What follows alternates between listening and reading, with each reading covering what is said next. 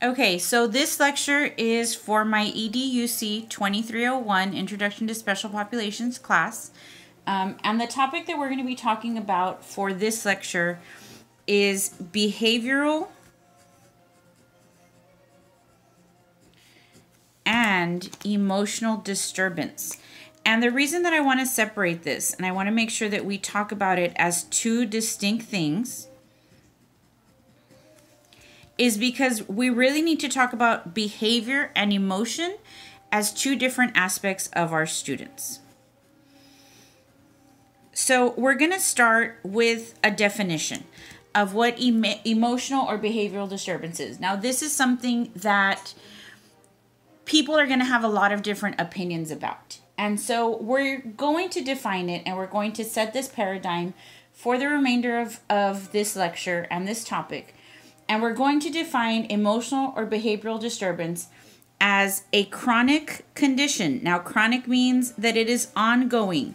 If Vanessa has a bad day and 186 other days of the school year she's fine, then that is not chronic. Okay, that's an acute situation that happened once or even every so often. Okay, now chronic requires that it be consistent and ongoing.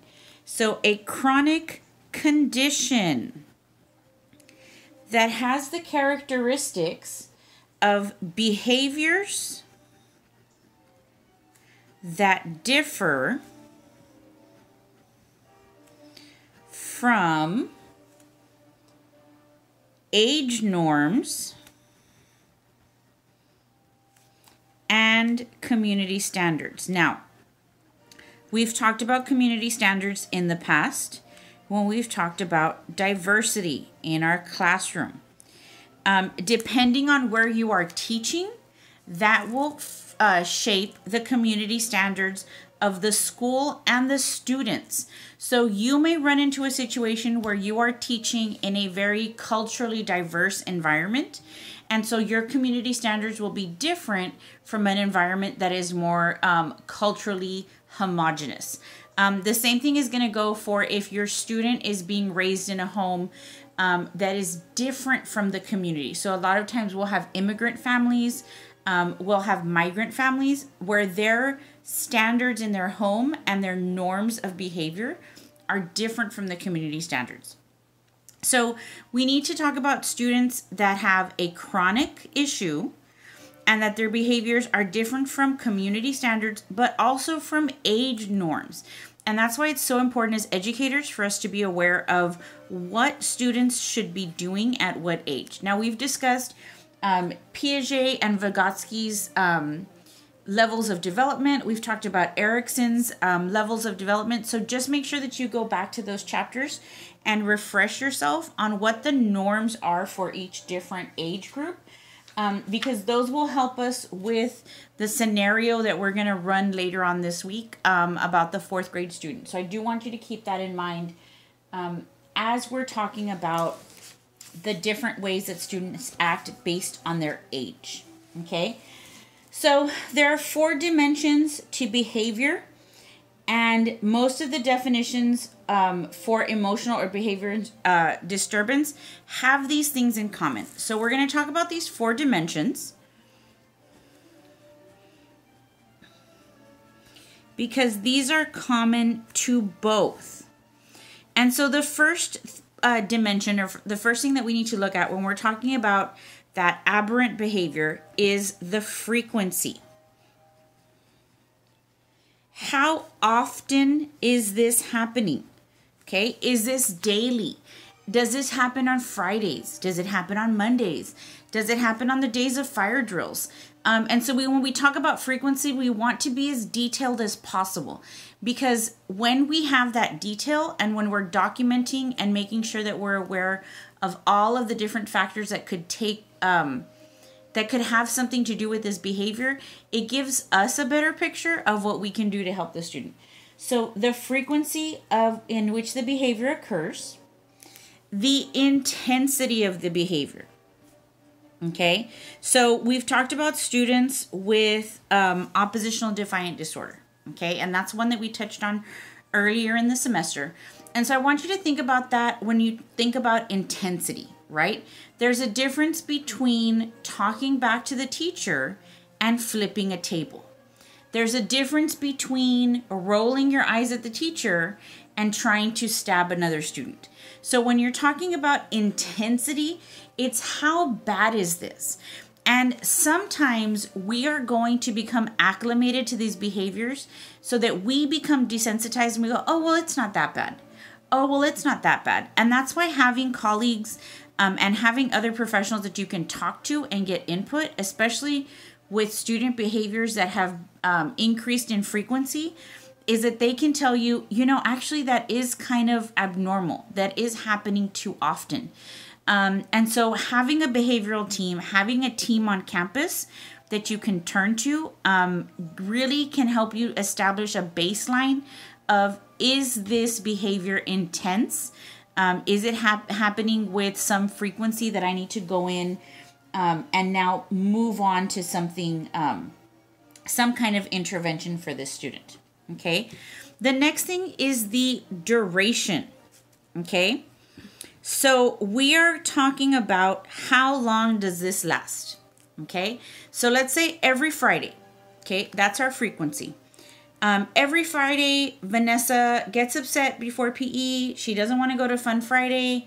She flips a chair. She flips a chair. She throws her tantrum. So you've got your frequency. You've got your intensity. And then when she realizes that everyone's going to PE, she gets over it. So it takes about 2 or 3 minutes. She flips her chair. She cries. She picks it up. The teacher walks her out to PE. It's no big deal. Okay. So your duration is how long does this aberrant behavior last? Okay. Is it like a fire that burns hot and fast? Or is it something that simmers throughout the day and you are constantly having to revisit, constantly having to recorrect, constantly having to take the temperature of the classroom to make sure that you're able to move on? Okay. And then the last thing is the age appropriateness of the behavior. And so again, this is coming up because we tend to forget that when we are working with students, we are working with children. And so there are some behaviors that are not appropriate based on age, okay? We've talked about attention span. And so based on your age, if you say a minute for each year of age, then yeah, it's going to be hard for a 6-year-old to sit through you doing an entire reading of a novel, right? You've got to give them breaks. So Vanessa's 6, she's in your kindergarten class. Every time you sit her down on the couch, on the carpet to read, which is every day, so now it's often, right? There's that frequency. She gets distracted. She starts hitting people. So there's your intensity, right? There's physical interactions happening. And it lasts the whole hour and a half that you're reading to the students. Okay, so you got your duration. Now you have to go back and think, is it appropriate for me to expect a 6-year-old to sit for an hour and a half without being disruptive, right? And so when you're looking at the behaviors, when you're trying to figure out, is this something that is a student problem, a student issue that requires intervention, or is this an instructional issue? You need to go back and look at these 4 things. But more than anything is what you're expecting from the student appropriate? Does it make sense that the student can do this in the way that you're asking them to do? Okay. So in 1981, Kaufman, who was an authority in the field of emotional behavior disturbance, made a distinction between disturbed behavior and disturbing behavior. Okay. And so he talked about disturbed behavior is behavior in which the child, the student or the child, they're the same person, in which the child uses, give me just a second, guys, I lost my spot.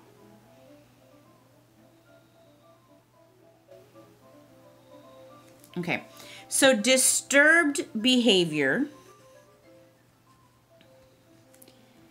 is habitual, Okay, it's a habit. It happens over and over again. Okay, so it happens on a regular basis, and it's part of a behavior pattern. Okay, a disturbed behavior would be a child stealing. A disturbing behavior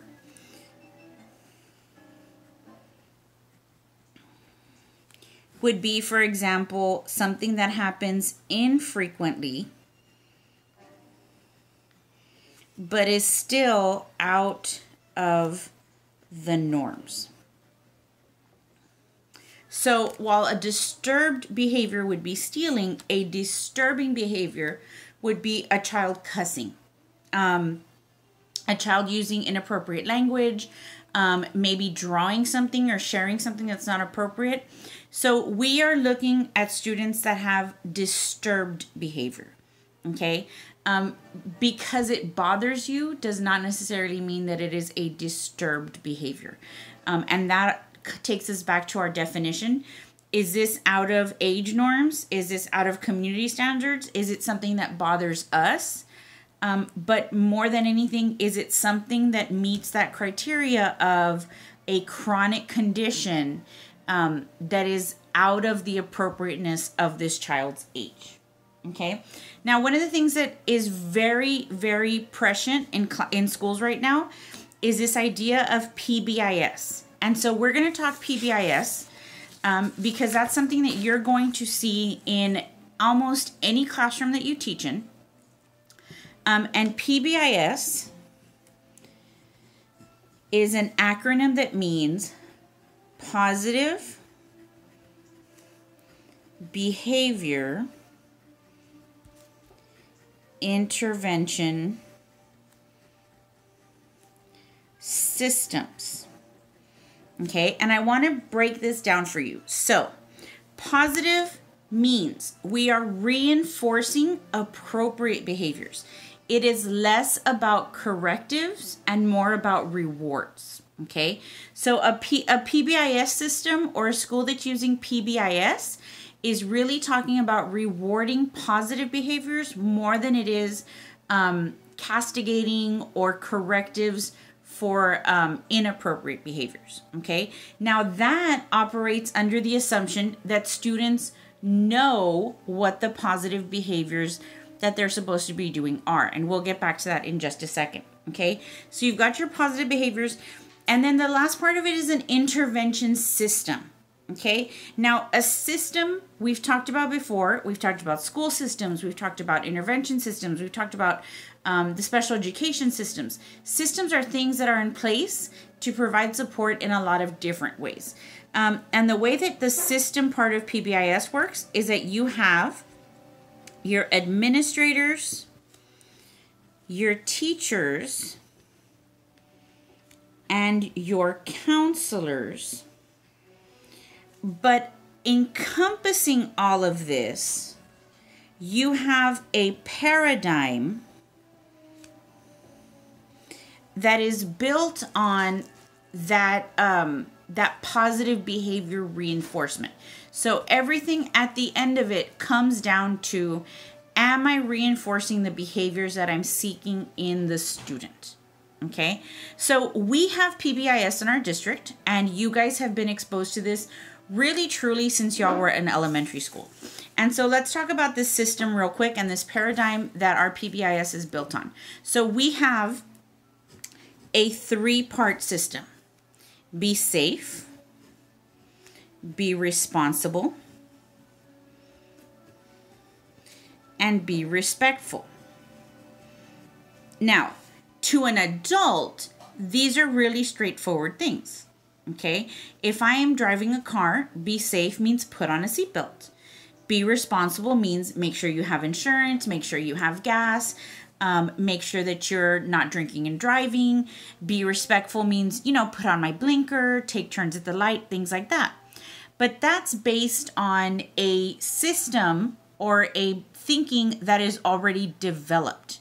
When children come into schools, they have not been exposed to this paradigm.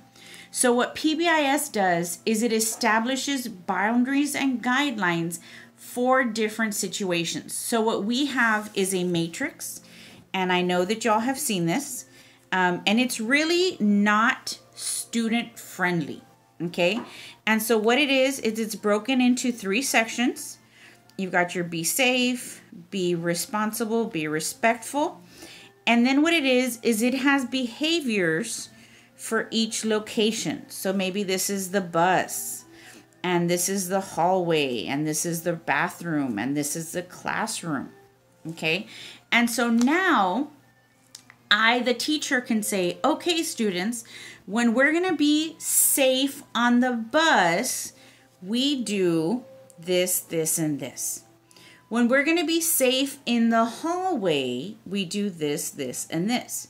Now, what PBIS tells us is, okay, we have students that are coming in without this background. So what we're going to do is we're going to teach them these behaviors. And then once we teach them the behaviors, we're going to reward them in some way for doing those behaviors. Okay? So it's switching that idea of, instead of punishing someone for not doing it, we're going to reward you for doing it. And so it is a very different approach to behavior management, but it really does not take into account your children that are behaviorally and emotionally disturbed, because those behaviors, those chronic conditions that differ from norms and standards, those are not behaviors that you can correct through a system of rewards and punishments. Okay, so while it's going to work in our tier system, so remember that we talked about the RTI system, and we talked about tier 1, 2, and 3. It's going to work for my tier 1. It's going to be great. It's going to work for most of my tier 2. But my tier 3 is going to need even more intense support to be able to function and thrive in a structured system like this. So next time that we have a lecture, we're going to go ahead and go into a little bit deeper into the definition of emotional and behavioral disturbance. And then we're going to talk about, excuse me guys, we're going to talk about clinical classifications, and then go into a little bit of the history and prevalence of emotional and behavioral disturbance.